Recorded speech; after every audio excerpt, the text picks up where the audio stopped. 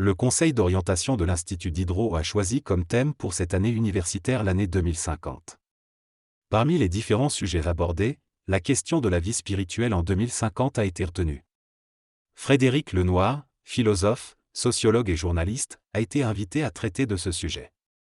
Frédéric Lenoir est connu pour ses nombreux ouvrages, notamment sur le bouddhisme, la spiritualité et les religions.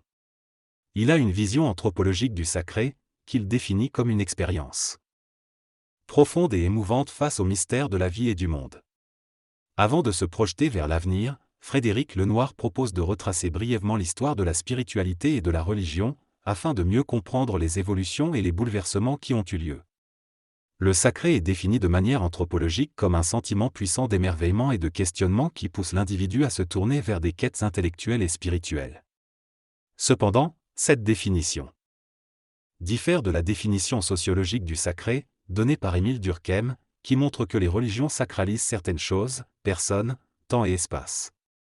Les religions créent ainsi une distinction entre le sacré et le profane, sacralisant certains lieux, jours et textes sacrés. Les religions sont donc collectives et jouent un rôle essentiel dans la gestion de ce sentiment du sacré et des questionnements spirituels. L'auteur soutient que chaque bouleversement dans le mode de vie de l'humanité est corrélé à une révolution spirituelle et religieuse, comme le passage du Paléolithique au Néolithique qui a vu l'émergence de l'animisme. D'autres tournants historiques ont également eu un impact sur les croyances et pratiques religieuses. Dans certaines pratiques tribales, il existait un rituel de contact avec les esprits invisibles des animaux avant la chasse afin d'assurer la nourriture de la tribu. Bien que cela manque de preuves scientifiques, il est probable que nos ancêtres du Paléolithique partageaient ces croyances animistes, ce qui est soutenu par l'art pariétal dans les grottes. L'hypothèse la plus probable est que ces grottes étaient utilisées à des fins chamaniques, où nos ancêtres entraient dans un état de conscience modifié pour entrer en contact avec les esprits animaux. Cependant, avec la transition du Paléolithique au Néolithique et l'établissement de villages et de cités, la religiosité a évolué, remplaçant les croyances dans les esprits de la nature par la croyance en des dieux et déesses cosmiques. Cette transition a marqué un changement dans la spiritualité humaine, passant d'une relation horizontale avec la nature à une relation verticale où l'homme est l'intermédiaire entre les dieux et la nature. L'invention de l'écriture a également joué un rôle clé dans le développement des religions anciennes, permettant l'enregistrement et l'observation des phénomènes astronomiques, ainsi que l'émergence de la croyance en une corrélation entre les événements célestes et terrestres, comme l'astrologie. Ainsi, les civilisations anciennes ont vu l'essor des religions organisées et des cultes des ancêtres, marquant ainsi une transformation dans la religiosité humaine. Dans toutes les civilisations, l'écriture a servi à différentes fins telles que les mathématiques et la création de grands récits mythologiques. Ces récits mythologiques jouaient un rôle important dans la religiosité des peuples anciens, expliquant l'origine du monde et de l'humanité. Les sacrifices étaient également pratiqués pour obtenir l'aide et la protection des dieux et déesses de la cité. Ces religions antiques ont également introduit des codes moraux, soulignant l'importance de respecter son prochain et de ne pas commettre de crimes. De plus, il y avait un lien étroit entre le religieux et le politique, avec les dirigeants se considérant souvent comme liés aux dieux. Au cours du premier millénaire avant notre ère, une classe moyenne aisée émergeait. Commence à développer une spiritualité et une sagesse nouvelles. Cette période, appelée la période axiale, a vu une révolution spirituelle se produire dans différentes civilisations, mettant l'accent sur la raison critique, la connaissance de soi et l'amour compassionné. La spiritualité se concentre sur le respect de la loi et l'observation des commandements dans le but d'avoir un comportement religieux juste. Cela implique une transformation intérieure et un abandon du formalisme de la loi en faveur de l'amour et de la compassion. Les religions antiques étaient souvent sclérosées, dominées par les grands prêtres et dépourvues d'une dimension affective et d'une transmission spirituelle. Cependant, au cours du premier millénaire, des courants de spiritualité émergèrent, mettant l'accent sur la relation maître-disciple, l'enseignement vivant et l'expérience spirituelle. Ces courants ont bouleversé les religions antiques et ont donné naissance à des religions du salut telles que le bouddhisme, le christianisme et l'islam. Une dialectique s'est ensuite développée entre la mystique et l'institution religieuse, où l'expérience spirituelle des mystiques a permis à l'institution de perdurer. La modernité, avec son esprit critique et sa globalisation, a remis en question la crédibilité des religions, notamment en raison des découvertes scientifiques contradictoires avec les textes religieux. Cependant, la globalisation a aussi permis une connaissance plus large des autres Spiritualité à travers le monde. Avec la mondialisation, nous sommes confrontés à un choc des sacralités. Chaque culture a ses propres sacralités et cela crée des tensions et des violences. L'individualisation est également un vecteur de la modernité. Les individus deviennent de plus en plus autonomes et peuvent choisir leur religion, leur style de vie, leur conjoint, etc. Cela remet en question les religions traditionnelles qui perdent leur pouvoir normatif sur les individus. On assiste ainsi à un effondrement des religions en Europe. Cette individualisation conduit également à un syncrétisme religieux, où les individus choisissent différentes pratiques spirituelles dans le patrimoine religieux de l'humanité. Aujourd'hui, ce sont plutôt des valeurs laïques qui créent le lien social en Europe. On peut donc imaginer que la religion et la spiritualité évolueront dans les années à venir, à moins d'une catastrophe qui bouleverserait tout. Dans cette intervention, il est expliqué que la modernité, qui était supposée résoudre tous les problèmes en éliminant la religion, est désormais dépassée. On parle désormais de post-modernité, bien que les vecteurs fondamentaux de l'individualisation, de la mondialisation et de l'esprit critique soient toujours présents. On parle même d'ultramodernité, qui voit une accélération scientifique et technologique et bouleverse nos modes de vie. Dans ce contexte, deux mouvements contradictoires se produisent dans le domaine religieux et spirituel. Une séparation croissante entre le spirituel et le religieux, ce qui conduit de plus en plus d'individus à vivre une spiritualité en dehors des religions organisées, d'autre part, une recherche d'une relation intime avec le divin, mais avec une perception de plus en plus impersonnelle du divin. On souhaite sortir des représentations traditionnelles de Dieu, perçu comme un être transcendant et personnel. On recherche davantage un Dieu cosmique, impersonnel et en harmonie avec le monde. Les représentations traditionnelles de Dieu sont de plus en plus remises en question, avec une quête vers un divin plus féminin et protecteur. Cette évolution se reflète également dans la vénération croissante de la Vierge Marie. Le caractère hyper masculin de Dieu est compensé par une réintroduction du féminin et de la protection maternelle. Aujourd'hui, la plupart des gens, y compris au sein des religions, perçoivent Dieu comme un être de miséricorde, de protection maternelle, plutôt que comme un juge ou un guerrier. Cette évolution est en partie due à la sortie du patriarcat dans certaines religions, comme le christianisme.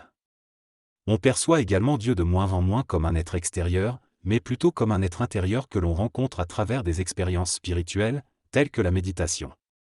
Cette vision d'un Dieu intérieur est fortement influencée par les traditions orientales et l'impact du bouddhisme sur les quêtes spirituelles occidentales. De plus en plus de jeunes générations adoptent cette perspective, où l'absolu est rencontré à l'intérieur de soi. En parallèle, on observe une sortie de la religion traditionnelle, notamment en Occident, où de plus en plus de personnes se définissent comme spirituelles plutôt que religieuses. Cependant, malgré cette sortie de la religion, il y a également une montée du communautarisme et du fondamentalisme religieux, notamment dans des aires culturelles en conflit avec l'Occident. Ces mouvements de repli sur la religion sont une réaction à la globalisation, à l'individualisation et à l'esprit critique de la modernité. Finalement, on assiste à une évolution contradictoire où la spiritualité se libère, tandis que le fondamentalisme religieux se renforce dans certains contextes. Dans cette discussion sur l'évolution de la religion dans le monde, l'auteur affirme que l'influence de l'Amérique est en train de se répandre à travers le monde, ce qui pousse les individus à se tourner vers la religion. Pour résister à cette colonisation des esprits, il observe deux tendances contradictoires, d'une part, une individualisation croissante de la spiritualité qui se détache du religieux, et d'autre part, le développement de fondamentalisme et d'identité religieuse communautaire. Selon lui, ces mouvements vont continuer à progresser et d'ici 2050, de plus en plus de personnes se détacheront de la religion, tandis que d'autres resteront fermement attachés à leur identité religieuse face à une globalisation grandissante. Il note également que l'idée du choix personnel gagne en importance, avec même les fondamentalistes religieux faisant des choix personnels correspondant à leurs convictions. Toutefois, l'auteur souligne que l'islam est extrêmement pluriel et a connu des phases de lumière et d'ombre, ce qui montre que les religions peuvent évoluer et ne peuvent pas être figées. Il prévoit donc que l'esprit critique, la science et l'individualisation continueront de s'imposer, mais il y aura également des mouvements réactionnaires et conservateurs qui résisteront à ces changements. En fin de compte, l'auteur pense que l'influence occidentale aura un impact important sur le monde, et il est possible qu'il y ait plus de personnes se définissant comme spirituelles que religieuses d'ici 30 ans. Il est probable que certains blocs religieux continueront d'exister, car certaines personnes auront besoin de s'accrocher à une identité comme résistance face à la globalisation et à l'individualisation rapide du monde. En cas d'événement catastrophique, la dimension communautaire pourrait devenir très forte et la religion redeviendrait un lieu de solidarité et de partage. Cependant, cela dépendra des événements futurs de l'humanité.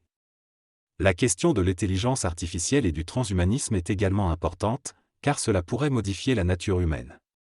L'intelligence artificielle peut être utilisée de manière modérée pour nous aider dans notre vie quotidienne, mais le projet transhumaniste vise à nous rendre immortels, ce qui soulève la question de l'utilité d'une vie éternelle si elle est vécue dans le malheur. Dans cette intervention, Frédéric Lenoir soulève plusieurs questions relatives à l'importance de cultiver une vie intérieure riche, en parallèle des progrès technologiques. Il souligne que vivre sous l'emprise d'anxiolytiques et d'antidépresseurs pendant 1000 ans, dans un environnement dégradé et conflictuel, n'a pas de sens si nous ne travaillons pas sur notre vie intérieure. Il met en avant l'idée d'un supplément d'âme, d'un développement de la conscience, qui permettrait d'atteindre la paix intérieure et d'être en harmonie avec nous-mêmes et avec les autres. Frédéric Lenoir propose ainsi de focaliser nos efforts sur la spiritualité, la sagesse et la philosophie en tant que manière de vivre. Il rappelle que l'histoire montre que l'humanité est capable de rebondir face à des défis majeurs et que, aujourd'hui, face aux avancées technologiques du transhumanisme, il est nécessaire de développer notre conscience pour maîtriser la technologie plutôt que de devenir ses esclaves. En conclusion, Frédéric Lenoir propose un projet philosophique visant à accompagner les avancées technologiques par un progrès de la conscience humaine, afin de vivre en paix avec nous-mêmes et avec le monde qui nous entoure. Aujourd'hui, on observe un retour vers le passé, vers le paléolithique, dans nos croyances et aspirations. Cette tendance est en grande partie liée à la crise écologique qui nous pousse à nous reconnecter avec la nature. Au fil du temps, l'être humain s'est progressivement éloigné de la nature, considérant Dieu comme extérieur à celle-ci et la nature comme un lieu inerte et utilisable. Mais maintenant, il y a un désir de réintégrer la nature, de partager des expériences spirituelles et de trouver du bien-être et de la sagesse dans la nature. Il y a un intérêt croissant pour le néo-chamanisme et les expériences spirituelles avec des substances naturelles comme les plantes. On reconnaît également de plus en plus la sensibilité des plantes et des animaux. Pour beaucoup d'Occidentaux, retrouver ce lien vital avec la nature est une aspiration profonde. On cherche à se connecter à la nature en ressentant des énergies et des forces. Cependant, il est important de noter que ce retour au passé est un désir plutôt illusoire, car on ne peut pas revenir complètement en arrière. Malgré cela, de la nature peut nourrir notre esprit, notre spiritualité. La spiritualité est la vie de l'esprit dans sa relation à l'infini, à l'éternité, à l'absolu.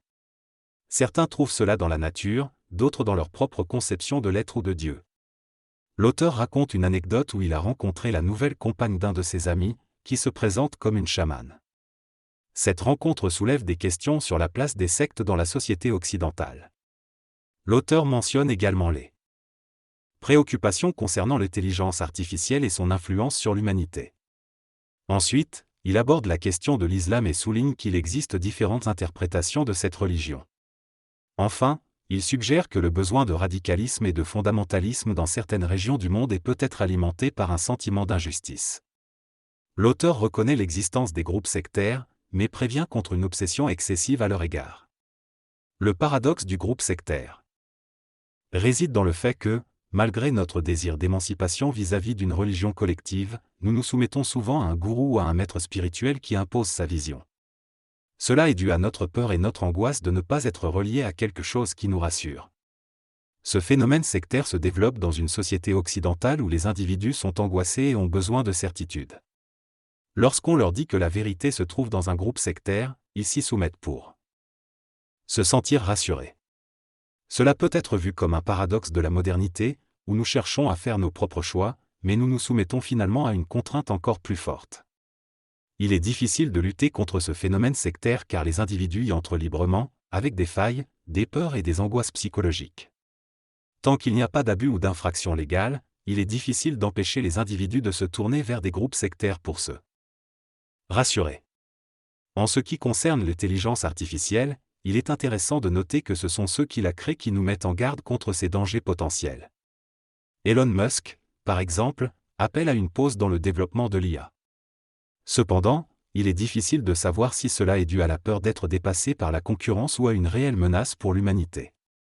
Deux dangers de l'IA sont soulignés, la fusion de notre intelligence avec les ordinateurs, qu'il faut éviter car il est préférable d'utiliser les ordinateurs comme des outils extérieurs, et le risque que les individus cessent d'utiliser leur propre intelligence et comptent uniquement sur les ordinateurs, ce qui les rendrait idiots au sens où ils auront perdu leur capacité à réfléchir et à développer leur intelligence par eux-mêmes.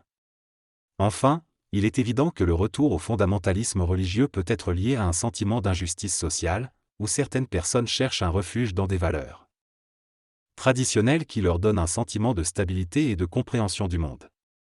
Dans cette conférence, il est mentionné que le monde est aujourd'hui divisé en deux vitesses, une partie qui s'enrichit et une autre qui s'appauvrit, ce qui génère des ressentiments et des injustices sociales. Face à cette injustice sociale, certains peuples se tournent vers la religion pour chercher une revanche contre la domination économique occidentale. Selon Marx, la religion est une consolation pour les opprimés et disparaîtra avec la fin des injustices sociales. Cependant, tant qu'il y aura de l'oppression, le fondamentalisme religieux persistera. Ensuite, un médecin intervient et souligne l'importance d'une approche holistique de la médecine, prenant en compte à la fois le corps et l'esprit. Il se questionne sur les conséquences du progrès technologique et de l'intelligence artificielle sur la société, mais estime que le travail sur soi est essentiel pour être pleinement humain. Le philosophe répond en affirmant que le développement de notre vie intérieure, notre intelligence et notre humanité se fait à travers la connaissance, l'art et les relations avec les autres. Il insiste sur le fait que notre vie intérieure est toujours influencée par les autres et que nous grandissons en nous confrontant à leur miroir. En conclusion, notre vie intérieure nécessite à la fois un travail individuel et des interactions sociales. L'interlocuteur, directeur de Bastille Magazine, pose deux questions à William Emmanuel. La première concerne la montée de la spiritualité par rapport à la religion et si cela réduit le niveau de conflit dans le monde. William répond en mentionnant que la spiritualité de la nature gagne en popularité parmi les jeunes générations, ce qui peut renforcer le combat pour l'environnement. La deuxième question porte sur la diminution de la place des monothéismes et son impact sur les conflits religieux. William explique que, bien que le monothéisme ait engendré de l'intolérance et des guerres de religion, il peut également promouvoir la paix, car de nombreuses personnes trouvent dans leur foi monothéiste des valeurs de non-violence et de respect. Il souligne que le remède à la violence dans les monothéismes réside dans la spiritualité de ces religions. Cependant, il exprime son inquiétude quant à un retour à l'adoration de la nature, soulignant qu'elle est moralement neutre et peut également être destructive. Il met en garde contre le danger de diviniser la nature et de considérer la Terre comme un être vivant. Il pose la question de savoir s'il ne faut pas oublier la rupture introduite par le monothéisme. Dans cette discussion, il est évoqué le concept de la présence des dieux dans la nature. On souligne que dans les anciennes civilisations, chaque élément de la nature était considéré comme un dieu. Cependant, avec l'arrivée des monothéismes, cette vision a changé et la nature est devenue une immense absence, incarnée par le Dieu des Juifs. On se questionne alors sur le retour à une forme de naturalisme religieux et sur le risque d'idolâtrie envers la nature. Certains estiment que la nature est traversée par des flux invisibles et des forces, sans pour autant les adorer comme des dieux. On mentionne également que les peuples traditionnels animistes considèrent la nature comme vivante et habitée. Finalement, on aborde la question de la mort et son lien avec la religion et la spiritualité. On souligne que les rituels funéraires sont les premiers signes de religiosité de l'humanité. La mort est constamment présente dans certaines cultures, contrairement à nos sociétés occidentales qui ont réussi à s'en éloigner en repoussant la religion. La ritualisation de la mort chez l'homme a commencé il y a environ 150 000 ans, simultanément chez Néandertal et l'Homo sapiens. Les gestes funéraires sont apparus, consistant à enterrer les morts avec des rituels symboliques et des croyances. Ces rituels incluaient par exemple des positions fœtales, l'utilisation d'ocre rouge représentant la vie, l'enterrement avec des armes et de la nourriture pour l'au-delà. Ces premières croyances religieuses sont nées de la question de la mort et ont conduit l'homme à s'interroger sur le sens de la vie et une éventuelle vie après la mort. Dans les cultures traditionnelles, la mort fait partie de la vie et est mieux acceptée, grâce à des rituels funéraires ancestraux et des croyances dans l'immortalité de l'âme. Cependant, les sociétés occidentales, on cherche souvent à évacuer la question de la mort et à chercher l'immortalité, ce qui rend plus difficile l'acceptation de la perte d'un proche. Les croyances religieuses sont essentielles pour apprivoiser la mort et donner un sens à la vie, mais lorsque l'on n'est pas religieux, il devient nécessaire de trouver d'autres rituels pour accompagner la mort. La création de rituels laïques lors des enterrements peut permettre de mieux vivre ce moment. Selon Freud, les croyances religieuses existent parce que nous avons peur de la mort, tandis que Jung critique cette idée en soulignant que la religion peut aussi être basée sur des expériences spirituelles et vécues. En fin de compte, la mort et la conscience de notre finitude ont conduit à l'invention des religions. La première question concerne la distinction entre les deux définitions de la spiritualité. La première est la recherche du sens intérieur, tandis que la deuxième est une approche sociologique qui comprend de nombreuses applications. Ensuite, l'intervenant propose de discuter du numérique, qui est la base de l'intelligence artificielle. Il suggère qu'au-delà de son utilisation en tant qu'outil, une réflexion sur le sens et sa vision binaire du monde est nécessaire. Il mentionne également que le numérique peut remettre en question notre compréhension de la nature, de la société et de notre être personnel. L'intervenant pense qu'il est important d'explorer cette recherche de sens liée au numérique. Ensuite, la question de l'effondrement des religions et de l'individualisme croissant est soulevée. Cela pose des problèmes pour le fonctionnement des sociétés qui nécessitent une certaine cohésion morale. La religion était traditionnellement un fondement moral puissant, mais avec son déclin, il est nécessaire de trouver de nouveaux fondements moraux pour vivre ensemble. La question de vivre une morale collective sans religion est complexe et nécessite une réflexion approfondie. Une tentative de réponse a été la morale laïque basée sur les droits de l'homme, mais cela est moins solide car il repose sur la raison plutôt que sur la croyance. La morale collective rationnelle nous permet de vivre ensemble, mais cela nécessite un effort philosophique de chacun.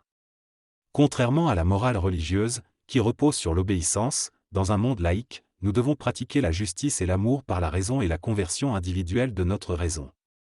Cependant, beaucoup de personnes veulent des droits sans se sentir engagées envers le bien commun, ce qui a conduit à un effondrement du sens du bien commun et à une crise des démocraties modernes. Pour remobiliser les gens et renforcer ce sens du bien commun, il est possible de le faire sans croyance religieuse, mais cela nécessite un travail de sagesse, de vie intérieure et de conversion personnelle. Cependant, il faut se méfier de l'individualisme triomphant et narcissique, y compris dans les spiritualités individuelles. En ce qui concerne l'enseignement, il est urgent de réintroduire la philosophie, car depuis des décennies, les humanités ont été oubliées, au profit des mathématiques et de l'informatique. Philosopher avec les enfants dès leur plus jeune âge est une idée soutenue par des philosophes tels que Montaigne et Épicure. En encourageant les enfants à poser des questions métaphysiques sur le sens de la vie, on les aide à développer leur propre pensée.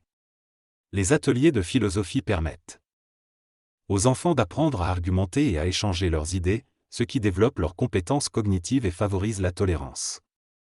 Ces ateliers ont également un impact positif sur le climat scolaire, réduisant le harcèlement et la violence. Dans un monde où les enfants sont confrontés aux fake news et aux rumeurs sur les réseaux sociaux, il est essentiel qu'ils développent leur discernement et leur esprit critique. C'est pourquoi les ateliers philo sont de plus en plus encouragés dans les écoles par des professionnels de l'éducation. Ces ateliers sont proposés dans toutes les classes, du CP jusqu'à la terminale, et même dans les lycées professionnels. Ils permettent aux enfants de développer des compétences psychosociales et cognitives. Les enfants sont capables de réflexions philosophiques profondes, comme en témoigne l'anecdote d'un enfant de 9 ans qui a débattu du sens de la vie après les attentats du Bataclan. Le débat a abouti à la conclusion que réussir sa vie ne se résume pas simplement à être heureux, mais aussi à respecter les autres et à pratiquer la justice. Cette conclusion trouve écho chez Socrate, qui a également estimé que le bonheur et la justice sont indissociables. Je tiens à remercier chaleureusement tous ceux qui ont été présents et qui ont applaudi. Votre soutien me conforte dans l'idée que la spiritualité et la philosophie sont étroitement liées. Elles se nourrissent mutuellement et sont essentielles pour comprendre tous les aspects de notre existence. Je vous remercie encore une fois et je vous souhaite une excellente fin de journée. Merci à tous, votre présence fait vraiment plaisir.